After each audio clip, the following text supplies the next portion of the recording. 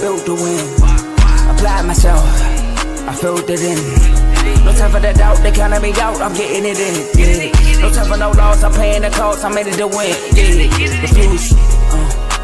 Mine, it can't be diffused. If you ain't thinking the same, then we playing by different rules. You can't see the vision, we living at different views. Until we complete the mission, keep getting up, never snooze. I walked a mile in my shoes, had the mind of a fool, chasing diamonds and jewels. Trust me, I was confused. Started minding my business and used my mind as a tool. Ended up finding my purpose and found the time to get to it. They told me I couldn't do it, they told me I couldn't make it. They sold it, could never break it. That's sadly mistaken. I need a piece of the pie, I want it so bad I can taste it. They told me like Toby, keep on running, toes they gon' take them. Refuse to lose, built to win. Applied myself, I filled it in. No time for the doubt, they counted me out, I'm getting it in. Yeah. No time for no loss, I pay for the cost, I'm winning to win. Yeah. Refuse to lose, I'm built to win. Applied myself, I filled it in. No time for the doubt, they counted me out, I'm getting it in. Yeah. No time for no loss, I'm paying the cost, I'm in it to win. Yeah. Refuse. Welcome back to CTC. I'm your gracious host, Carl, and I'm back with another episode. Today, we got 4 games to go over between today and tomorrow, and we got to talk about the updated polls in the college basketball scene. So, we're going to hop right into it. If you missed my episode yesterday about what happened in college basketball last week, go ahead and check that out. A couple storylines for y'all. But we're going to go over the polls. And the number 1 team in the country is still the Arizona Wildcats at 22-0. Definitely agree there. Michigan jumps UConn for the 2 seed. I don't really agree, only because UConn's only loss is to the 1 seed in Arizona. But I can see how that happened because I did see it coming. Michigan did get 2 top 10 wins this past week. If you want to say top 7, they got 2 top 7 wins this past week. Even though Nebraska did lose to Illinois Sunday, they were still a top 5 win there in Nebraska, and then a top 7 win against Michigan State as they were ranked 7th. So I don't think they should have jumped UConn just because UConn's 1 loss is to Arizona while Michigan's 1 loss is to Wisconsin. But I guess they figured the 2 wins was more important. At the 3 seed or 3rd in the country is UConn. They handle business, I want to say, against Creighton. Yeah, they won by 30 against Creighton. 4th is the Duke Blue Devils. Went undefeated this past week, and ACC play against Louisville and Virginia Tech. So shout out to them. Shout out to you, Cali's own YT Edits. Appreciate you for stopping by. But next, Illinois, who is on fire right now. They've won another top 5 game. They beat Nebraska Sunday, like I mentioned. They also beat Washington earlier in the week. They are now the 5th seed in the country, setting up a top 10 matchup on Saturday for Michigan State, Illinois. So that should be a fun one to watch. Number 6, Gonzaga did not drop. I thought Iowa State might jump Gonzaga. Now, Gonzaga's only loss is to the 2nd seed Michigan, but they did have some close calls this week. But they also probably factored in injuries, so not really mad at Gonzaga to be number 6. I just thought Iowa State might come in at 7, being a Big 12 school, and they just had 1 bad week, which 7th is Iowa State. Beside that bad week, they keep rolling. Number 8, Houston, finally getting in the top. Well, they were top 10 last week, but they're inside top 10 now. Houston, also another team that's rolling. Yeah, they stumbled against Texas Tech, but Texas Tech is a good team. Number 9, Nebraska. They suffered 2 losses this past week, but you can't, and rightfully so, put Michigan State over them when they beat Michigan State head-to-head. So they land at 9, while Michigan State comes in at 10 after suffering that loss to Michigan and having to come back against Rutgers, which looked like that game was over for a while. But Michigan State remains in the top 10. Kansas comes in at 11 with 5 straight wins so far after beating BYU. Darren Peterson not really playing the second half. He played like not even 4 minutes of the second half, but they survive. 12 is Purdue. They stay at 12, blowing out Maryland this past Sunday, which was yesterday. Texas Tech drops from 11 to 13 after losing to UCF. 14 is UNC. North Carolina just keeps climbing the rankings. I forgot who North Carolina beat this past weekend. Sorry, North Carolina. 15 is Vandy after collecting wins against Kentucky and Ole Miss. They move up to 15. BYU drops 3 spaces. I mean, the 2 losses they got this weekend was to first overall Arizona and now 11th Kansas. So you can't really drop them too much.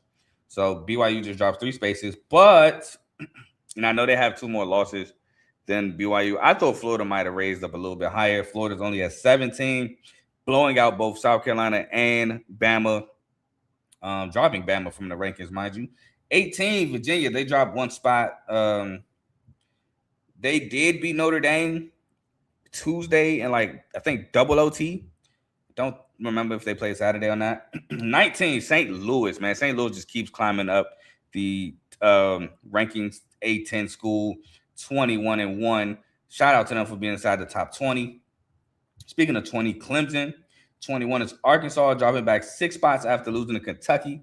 22 is St. John. They just keep moving up the rankings. 23, the Red Hawks of Miami of Ohio, man. They keep moving up as well. The other undefeated team in the country at 22-0. Louisville drops back 4 spaces at 24, and Tennessee moves into the top 25 with wins against Georgia and Auburn. Now, I only have one issue, and it's not a big issue, but it's just more of a preferential issue. I think Louisville should have dropped out. I think Tennessee should have been 24, and I think Texas A&M should have been 25. Texas A&M is probably one of the hotter teams in the country. They only lost 1 game in the month of January, and that was to aforementioned Tennessee, which is why I thought Tennessee should be 24. And Texas A&M deserves to be ranked in the top 25 at 25. Like I said, only losing 1 game in the month of January to Tennessee. They are currently, on top of the SEC, only having 1 SEC loss to Tennessee. So they're first in the SEC, only had 1 loss in a month. I think they should be ranked. I think Louisville should be out. Louisville just gets, when they play ranked teams, they get smacked. So I don't think they should be ranked. I think they should have to get another good win. I mean, even though I don't want to take away the win against SMU, I think that's a good team. I do think that's a good win. But I don't think that should override a 30-point blowout against Duke. I don't think that should override a blowout against Virginia. So I think that Texas A&M should be ranked over, not over Louisville. Because I don't. When I say over Louisville, I think that Louisville shouldn't be ranked and Texas A&M should be ranked. Shout out to y'all in the comments, man. Shout out to y'all. Appreciate y'all for stopping by. But that's all I got about the polls for the day. That's really my only issue for real. I mean, 2 Michigan, 3 UConn. I mean, I'm not really too mad at it because the wins Michigan got this week or this past week. So I get it. I understand it. If I'm UConn, I'd be sick. But unbiased opinion, 2-3, where they at, don't really care. Both are deserved of either or, so it is what it is. Alabama, rightfully got knocked out the top 23. I don't think Alabama should be ranked. As good as they are offensively, they are just as bad on defense. Don't think they should be a ranked team. And y'all know I love me some Nate Oates, but unfortunately, Bama's not up to par to what Nate Oates normally has. But we'll move on to the games. Like I said, we got 4 games. 2 today, 2 tomorrow. There's a game at 7 o'clock, North Carolina, Syracuse. You might be thinking I'm talking about that game. No, I am not. I am talking about McNeese as 3.5-point road favorites taking on Stephen F. Austin, 7:30 on ESPN+. I believe this game is for first place in the Southland Conference. I just want to double check, but I'm pretty sure that's what it is. Yes, Stephen F. Austin is currently first place in the Southland at 12-1. McNeese is currently second place at 11-2. But the teams have been played earlier in the year, and McNeese won by 2 at home. So this is technically a revenge game for Stephen F. Austin. If Stephen F. Austin wins, they'll hold a commanding 2-game lead in the Southland Conference. If McNeese wins, they'll be in the lead, even though they'll have the same Southland Conference record, because they hold the head-to-head tiebreaker, beating them both times on the road and on at home. Now, McNeese, they're led by Larry Johnson, who's averaging 17.4 points per game and 5.3 rebounds and 1 steal per game. Tyshawn Archie, averaging 13.5 points per game and 1.5 steals. And Javon Garcia averaging 11.4 points per game and 1.9 steals. The X factor to me is the Seton Hall transfer, Gary Doyle. And the reason why I think he's the X factor is because of his activity on the defensive side of the ball and scoring. He's averaging 1.8 steals per game and 8.8 points per game.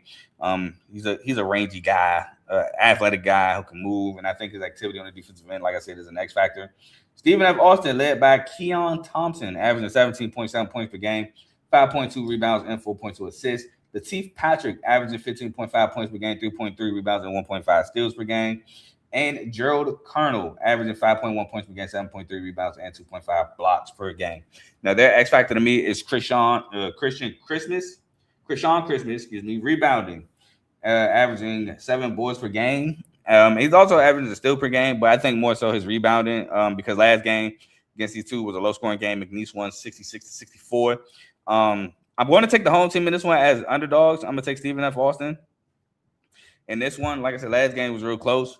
And I think a lot of it is going to come down to the guard play, scoring from the guards, and that home crowd being into it as well. So I'm going to take Stephen F. Austin in this one. I just think they get their revenge at home, and they take a resounding lead in the Southland Conference. Next, we have a top 15 matchup.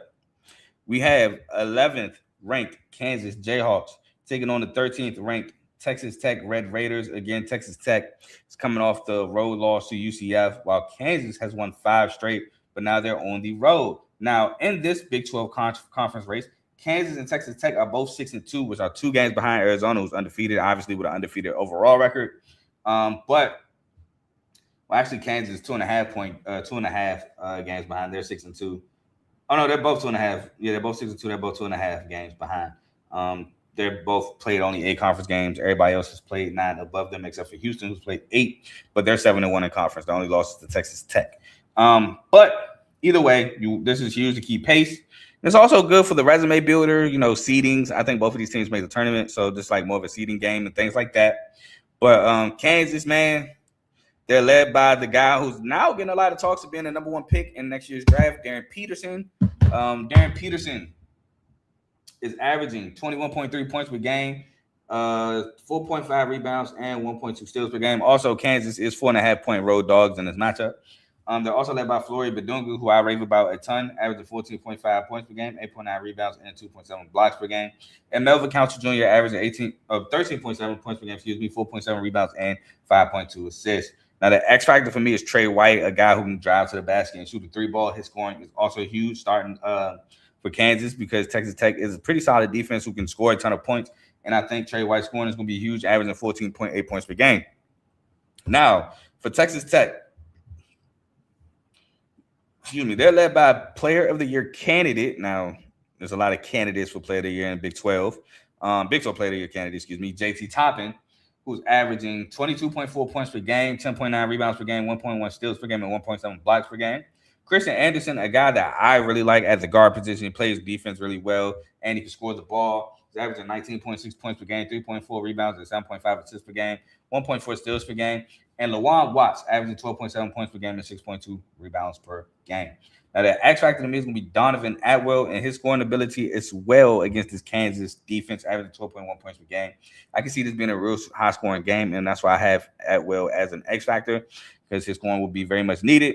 But my winner in this one, I'm going to roll with Texas Tech. And the big reason why I'm rolling with Texas Tech, beyond being at home, beyond bouncing back from a loss against UCF, which I think Coach Grant, I always butcher his last name. I want to say it's McCaslin, but let me double check it just to make sure. But either way, while I look it up, just to make sure I say his name right and give him his proper respect. Darren Peterson is also a big reason why I have Texas Tech winning, because his inabilities to play second halves, man, the cramping and things like that going on is a hindrance for the Kansas Jayhawks. Grant McCaslin. Yep, I was right. So that's another reason he just sometimes doesn't finish games. He starts off really hot. 18 in the first half against BYU. He finished with 18 points because he only played like 3-4 minutes in the second half. Texas Tech, they're going to need him the whole game. Will he play the whole game? That is to be TBD, to be determined. What I do know is guys like JT Toppin and Christian Anderson will be playing their whole game. So I'm taking Texas Tech in this one. The next 2 games are tomorrow. So first game I want to bring up, NC State being 1.5-point road favorites against SMU, 9 o'clock on ESPN2 tomorrow. Now, NC State, they're led by former Texas Tech player Darion Williams. Darion Williams is averaging 14.7 points per game, 5.4 rebounds per game, 3.3 assists, and 1 steal per game. Quadir Copeland, 14 points per game, 3.3 rebounds, 6.5 assists, and 1.8 steals. And Van Allen Lubin averaging 13.5 points per game and 7 rebounds per game. Their X factor to me is former Michigan State guard Trey Holloman. Trey Holloman, his toughness and his ability to facilitate the ball and score, I think will be big against this SMU team who got guys that can go. Speaking of SMU, they're led by Boopie Miller, averaging 19.4 points per game, 3.6 rebounds, 6.6 assists, and 1.8 steals. Jerron Pierre Jr., 17 points per game, 4.9 rebounds a game. BJ Edwards, 14.1 points per game, 6 rebounds per game, 5.1 assists per game, and 2.6 steals per game. Their X factor to me is Wichita State transfer Corey Washington. And his scoring ability, averaging 11.3 points per game, because I think this game can get real scorer heavy with the way these two teams play. And I think his scoring ability is going to be huge. But I'm going with the home upset in this one, man. I'm taking the SMU Mustangs to win this game at home. SMU is a really good team who I think is flying under the radar. They have 3 guards, really 4 that can go. Boopie Miller has been having a great year. Jerron Pierre is a great scorer transferring from Jack State. And BJ Edwards is also a great scorer. Now, the thing with NC State is they can score as well. And I think they do have lapses at times on defense. But I think that SMU, I'll say this. SMU, like I said, is a good team under the radar. They were up double digits throughout the first half against Louisville. Louisville battled back and ended up winning by double digits. But I think if SMU was at home against that Louisville team, that game probably ends in a blowout. And not to say NC State is a bad team, but I think NC State is susceptible to letting teams score a bunch of points. And I think that bodes well for SMU at their home, Dallas Coliseum, I think.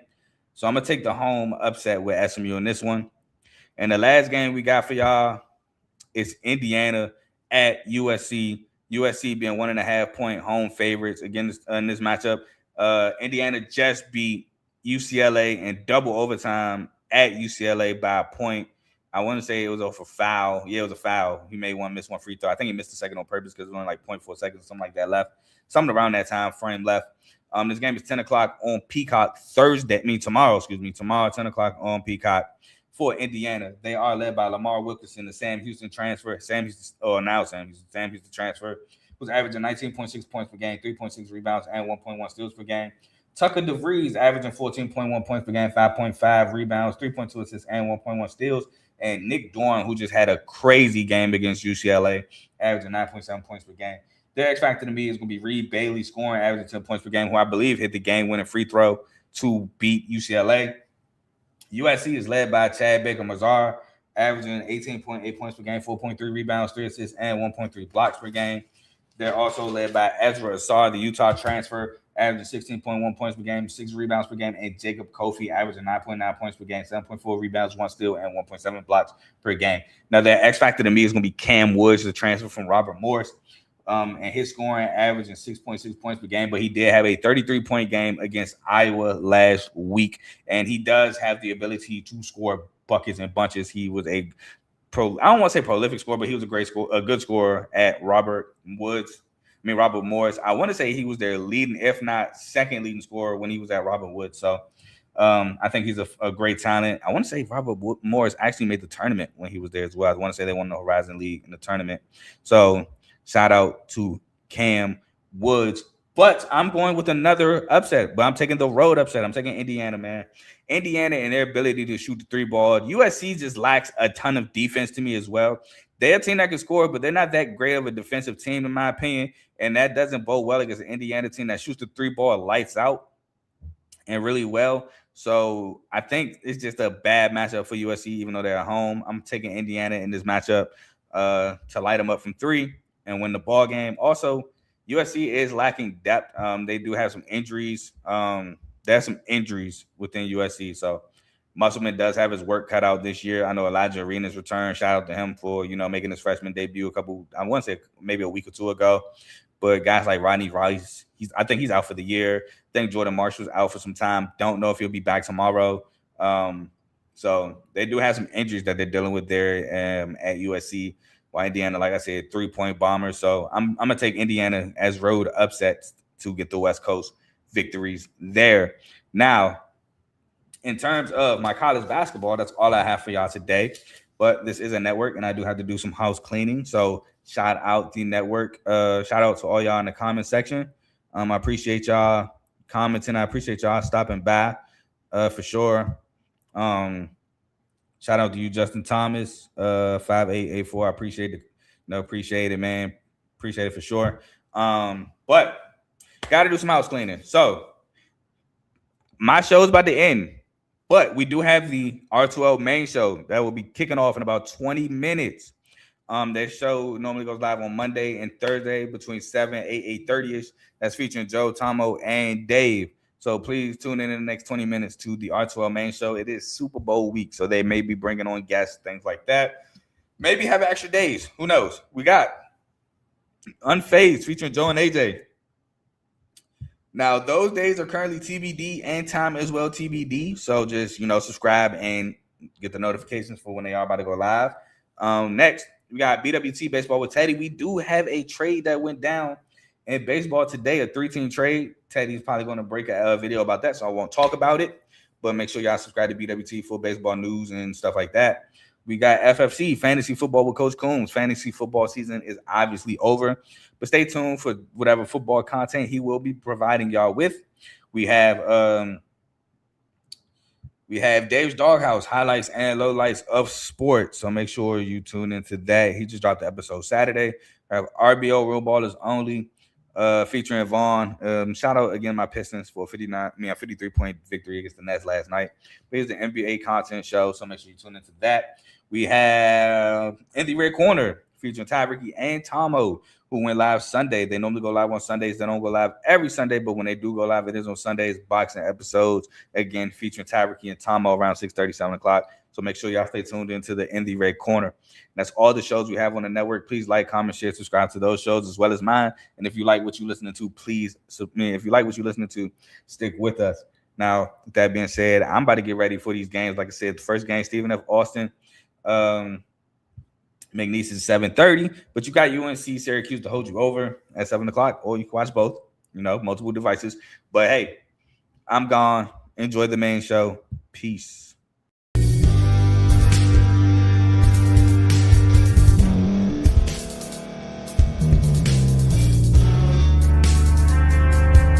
Thank you for staying to the end. If you're watching this on YouTube, please like this video, subscribe, and also hit that notification button so you can be notified next time we put out a video. If you're listening on any podcast platform, subscribe and hit that notification button, y'all, so you can be notified we put out another podcast audio.